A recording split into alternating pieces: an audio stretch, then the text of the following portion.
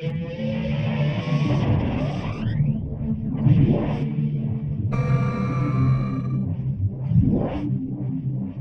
everyone, so here we are with the Acer Iconia B1, an 8GB Wi-Fi enabled Android tablet. Now this particular tablet is rather special. It's £99 at retail. So you can walk into a shop today and buy this for £99, and you know what's even better about it? It doesn't suck. I think Acer might have achieved something I've been going on about for about a year now. The point where we actually reach a £99 tablet that you wouldn't mind giving to your grandmother.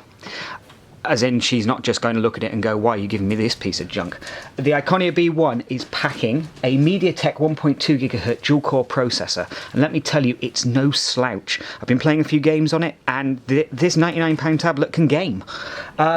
8GB of onboard memory for storing everything on there, and crucially, it does have an SD card slot at the bottom so you can expand it. Brilliant. There's 512 of onboard memory for actually booting up your apps and allowing them to run, and that's not a lot, but as you're going to see, it's just about enough to play some of the latest games that have come onto the market. Certainly I've just been playing Temple Run 2 and there's no problem. You've got a 7-inch WSVGA TFT that's running at 1024 by 600, so you're not looking at a high pixel density on this one, or pixels per inch, but again, it doesn't look bad. In comparison to the 99 tablets we were looking at just before Christmas, this screen is workable. You're going to be able to use it quite nicely. It is plastic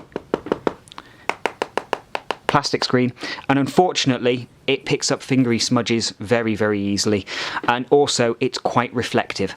You'll be able to see here as it's being tilted back and forwards, absolutely dead on, it's very clear and crisp, but the moment you get any sunlight there, it does start to reflect quite badly. Certainly you're going to have issues using this outdoors, I would say. At the moment this is on the highest brightness setting. You've got a 0.3 megapixel front facing camera. It's pretty poor, as you can imagine, for a front-facing camera, but it's going to be just about good enough for you doing your Skype or a Google Hangout. It does have GPS built in, which I thought was a really nice touch. Wi-Fi 802.11b G and N, Bluetooth 4, although I haven't had a chance to have a look yet and just see how much of this 4 standard is being fully supported. Micro SD card slot that I've mentioned, and a rechargeable battery. Now, the battery itself in this is on the small side, but I think it's just about doable.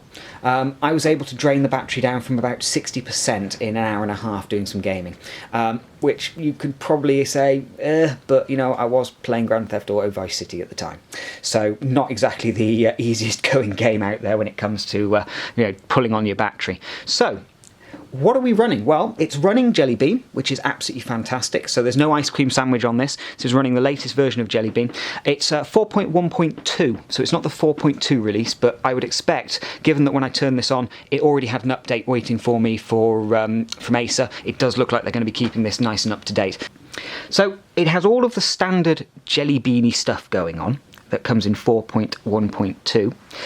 You've got your home screen, you've got your Google search up at the top, you've got access to your app tray here, which I haven't actually been into yet. As you can see, this isn't a slouch of an interface. It's running really, really nipply on here.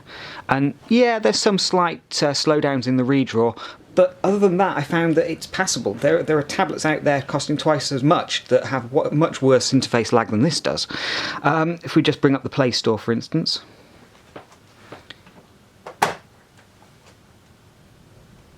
you can see no particular slouching on that. It's not hanging around and lagging out as it's moving between these screens. It's perfectly happy. There's some small slowdown there while it was loading the graphics and trying to scroll at the same time, but I really can't fault it.